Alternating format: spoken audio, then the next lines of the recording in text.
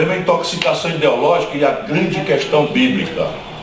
Em tempos de citação da Bíblia, está escrito lá: ninguém pode servir a dois senhores. Se você quiser servir a dois senhores, ou bem você serve a um e desserve ao outro.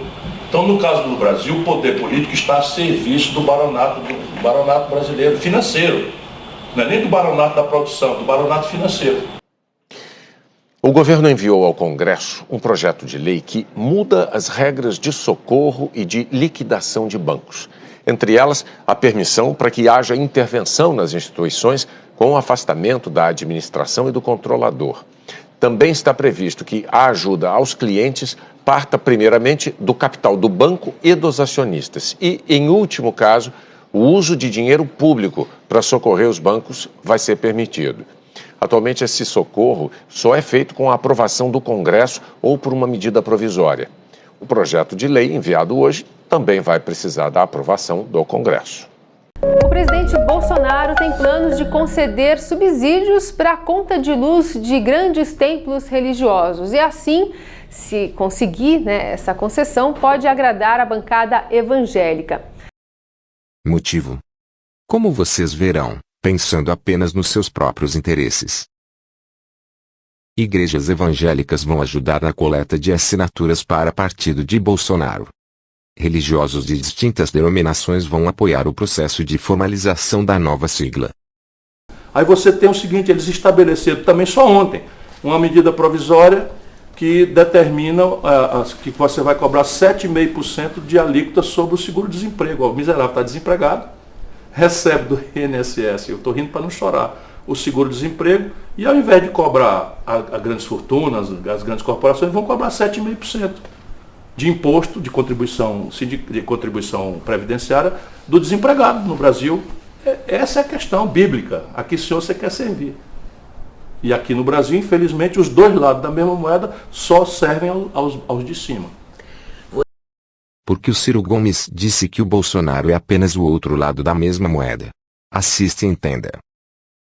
A direita atende a esses interesses minoritários. E a esquerda entrou e manteve esses privilégios. A esquerda não... A esquerda velha, tradicional, o lulopetismo manteve. Os bancos cresceram muito. Quem concentrou em 5 bancos apenas foi o lulopetismo. Quem manteve esse sistema tributário mais regressivo, ou seja, cobra muito mais dos pobres do que dos ricos, também foi a esquerda no Brasil. A esquerda não, que até isso foi corrompido, né? Isso foi a conversa fiada da esquerda, que é a esquerda que a direita adora. É aquela que anestesia os movimentos sociais, né, com políticas sociais compensatórias, distribui a migalha do banquete, e a grande fortuna do banquete é para uma minoria. E o Lula encheu, só o Lula pagou 1 trilhão e 400 bilhões de reais de juros durante o governo dele. E a dívida saiu de 600 para quase 3 trilhões de reais, 600 bilhões para quase...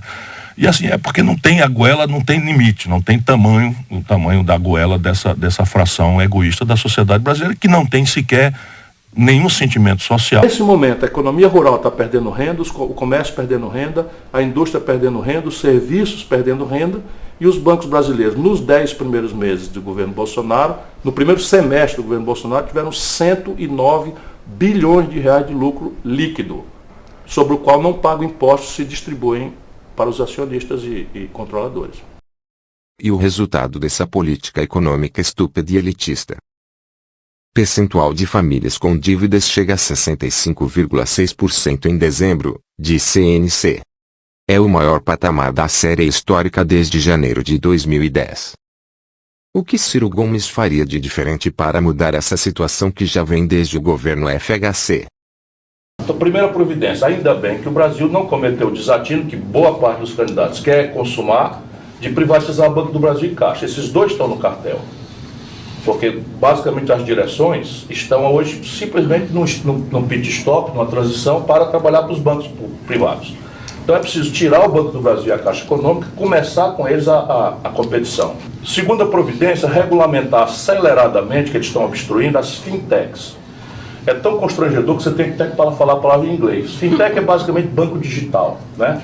Que tem custos operacionais quase zero, porque operam pela internet, e que podem rivalizar com certos produtos, especialmente no crédito pessoal, etc. O BNDES tem que voltar a ter um papel protagonista, inclusive constrangendo, vamos dizer, regulamentarmente, ou seja, dentro da lógica do mercado, o BNDES tem que ter a linha do financiamento de longo prazo. Bem de capital para as empresas, infraestrutura, porque ninguém faz bem de capital e infraestrutura com crédito de curto prazo. Isso nunca aconteceu na história da humanidade, nem no capitalismo, nem no socialismo, nem em nenhum lugar. Mas isso aqui também tem uma força, porque o BNDES ele não tem branch, ele não tem agência. Portanto, ele opera entregando para a rede privada, basicamente os 3 privados, a capacidade de operar isso e ganhar um FII, uma tarifa. Agora só vai operar quem começar a fazer financiamento mais barato. Senão não opere o Banco do Nordeste, o Banco do Brasil, a Caixa Econômica vão operar para o BNDES, se eu tiver a força de fazer isso. E quarto, cooperativas de crédito lá para o sul do Brasil também tem uma força já relevante. A gente precisa estimular, praticamente não há grande relevância nas cooperativas de crédito do centro para cima, para o norte e nordeste, mas no sul é um legado migrante que veio e tem muita força.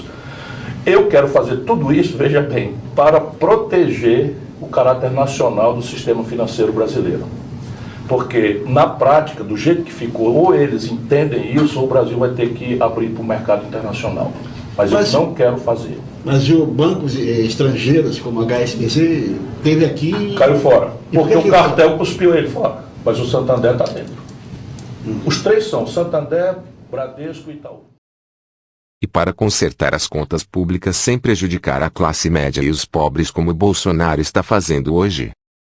Mas vamos lá. Qual é a solução? Tecnicamente, resolve-se isso em 12 meses. 130 bilhões. Como? Que assim, que absurdo. Tão fácil, tão simples. Tecnicamente, simples e simples. Eu vou lhe dizer como, para dar o rosto para bater.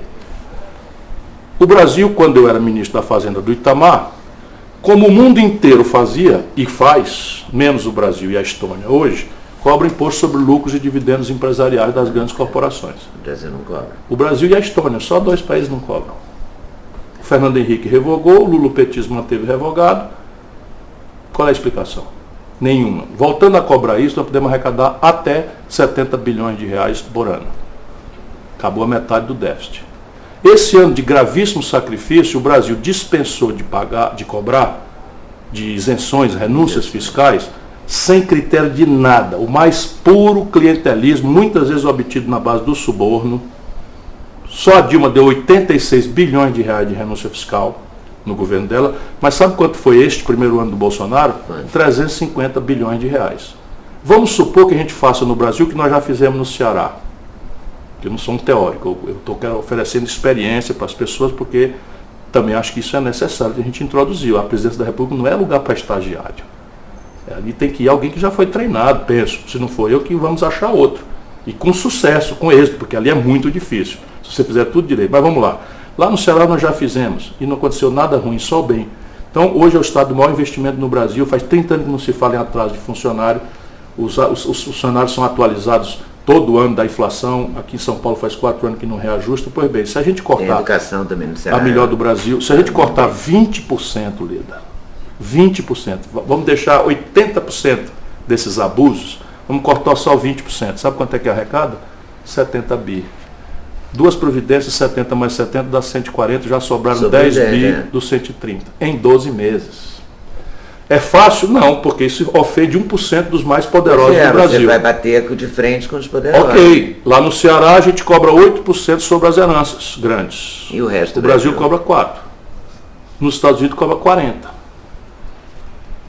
Então, vejam, essa imensa fazenda chamada Brasil, do agronegócio mundial, recolhe 1 bilhão de reais de imposto territorial rural, que é o IPTU do sertão. Forte, o agronegócio é muito forte. O que eu estou dizendo é que, tecnicamente, em linha com as melhores práticas internacionais, dentro do marco capitalista, sem nenhuma ruptura, só coisas absolutamente triviais e óbvias para a gente fazer, eu estou achando o dinheiro aqui já sobrando para a gente consertar as contas do Brasil. Nosso problema é político.